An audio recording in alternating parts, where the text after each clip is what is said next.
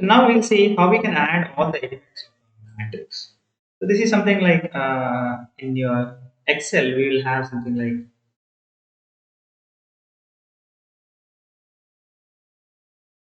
like all the results.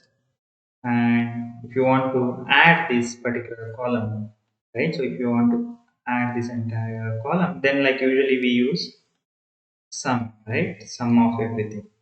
The same way, if you have all the set of data,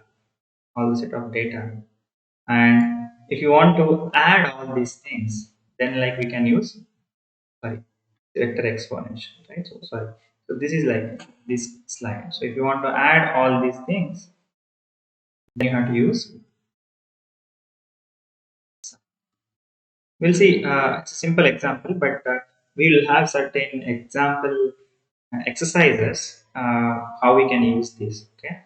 But before that, I'll just demonstrate a small example in the MATLAB.